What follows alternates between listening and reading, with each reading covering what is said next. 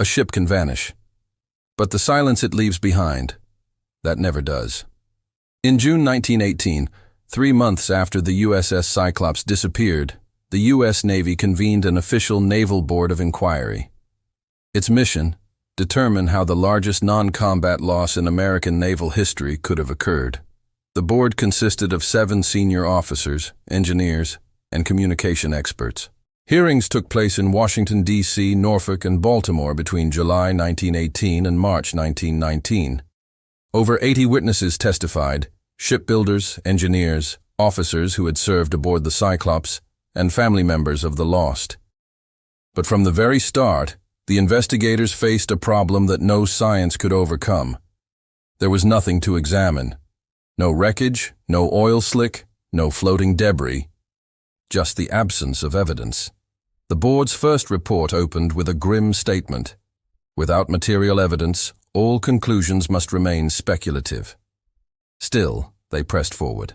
Using ship logs, meteorological data, and cargo manifests, the board reconstructed the Cyclops' final route, from Salvador, Brazil, where she loaded more than 10,000 tons of manganese ore, to Barbados, and then northward into oblivion. The initial theory seemed simple: a structural failure due to overloading. But the Cyclops had been built for heavy cargo with reinforced steel framing. Chief Engineer Frederick M. Wise, who helped design her, testified, even under extreme stress, the Cyclops would not have broken apart. She was slow, yes, but solid as a fortress. And yet, the fortress was gone. Between 1918 and 1919, the Navy considered 4 main explanations for the disappearance: structural failure caused by excessive load and wave stress, internal explosion due to gas or coal dust ignition, enemy attack by a German submarine or mine, navigation error or unrecorded storm. Each would be examined, and ultimately each would collapse under scrutiny. The Cyclops' hull was long and narrow, efficient for coal, not for dense manganese. Calculations showed that her cargo may have pushed stress levels near design limits. Coupled with a damaged starboard engine cylinder, vibrations could have caused metal fatigue. The December 1918 technical report stated, under excessive load and moderate seas, a sudden structural rupture cannot be excluded. Such an event would leave no time for distress transmission. But the weather had been calm, and no floating wreckage was ever found. So the theory remained unproven and unsatisfying. Investigators next examined the possibility of an internal explosion. Manganese ore, when mixed with traces of damp coal, could create flammable gas. A spark, from a motor or even a cigarette, might ignite it. Navy engineers recreated the scenario in laboratory tests. Results were inconclusive. An explosion was possible, yes, but unlikely to destroy a ship of that size without leaving a trace. And again, no one had heard a blast. Nearby ships reported nothing unusual. The theory of a German U-boat attack was the most dramatic, and during wartime, the most plausible. But when Allied records were examined, none placed an enemy submarine anywhere near the Cyclops' route in March 1918. After the war, German naval logs confirmed the same. No attack matched the description of the American collier. The final report of 1919 concluded, no evidence supports enemy action. The cause of loss remains undetermined. Could the Cyclops have strayed off course into danger? Perhaps the captain had altered course to avoid a storm or to save fuel. Yet weather records told a different story: clear skies, calm seas. Commander Worley was an experienced navigator, not prone to rash decisions. He had no reason to deviate. Thus, the possibility of simple navigational error was dismissed. The ship had disappeared in fair weather, along a route traveled daily by dozens of vessels. And still, no one saw her. When all else failed, suspicion turned toward Commander George W. Worley. Rumors resurfaced that he was volatile, paranoid, even pro-German. Former crew members described him as armed, sleepless, and distrustful. Others said he had argued violently with his officers while in Brazil. One sailor testified, he carried a pistol everywhere, said the crew wanted him dead.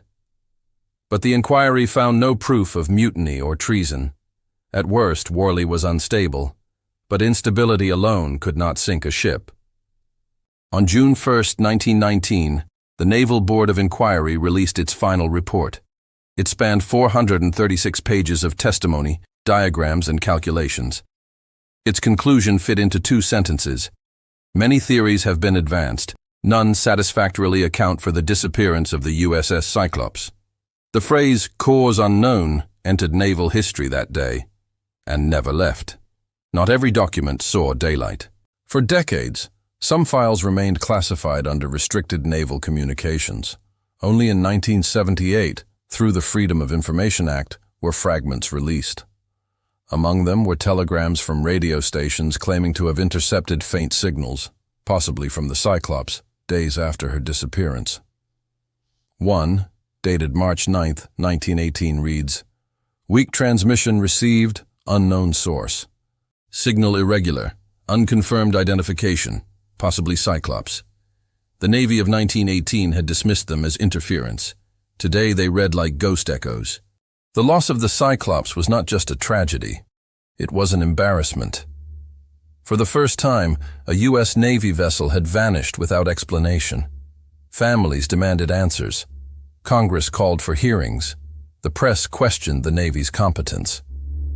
In 1920, Admiral William S. Benson, Chief of Naval Operations, was asked during a Senate session, "How does a ship simply disappear under U.S. command?" His reply became legend. "The sea is larger than our understanding." That single sentence summarized the Navy's helplessness and the ocean's quiet defiance. While the Navy closed its case, the families of the 309 men did not. Widows waited years for confirmation of death. Children grew up without fathers, clinging to fading hope. Letters continued arriving at naval offices into the 1930s, pleading, bargaining, begging for closure. One 1931 memo reads, "Reopening the case will not bring the ship back. The sea does not return what it takes." By the 1950s, the mystery resurfaced with the dawn of modern oceanography. Sonar expeditions scanned the seafloor between Barbados and Bermuda and found nothing. In 1964, author Vincent Gaddis coined the term the Bermuda Triangle, placing the Cyclops at its center. The ship that had been a bureaucratic embarrassment now became a ghost story. But for naval historians, the truth remained colder and simpler, a disaster with no witnesses. In 2010, the Naval History and Heritage Command ran digital simulations of the Cyclops' final voyage. They showed that a combination of overload, mechanical failure, and a localized storm could have caused a catastrophic break within 20 seconds, too fast for any SOS. At an estimated depth of over 3,000 meters, recovery would have been impossible. No sonar scan to date has found the wreck, and the case remains, officially, cause unknown. The investigation into the USS Cyclops was more than a search for a ship. It was a confrontation with the limits of human certainty. Science, logic, and reason all failed before the vast, indifferent sea. In the end, the Navy wrote 2 words in its final report, "Cause unknown." And perhaps that is all the ocean ever wanted to say. The documents remain sealed in quiet drawers, and somewhere, 309 names rest without graves, a testament to how little we truly command the sea.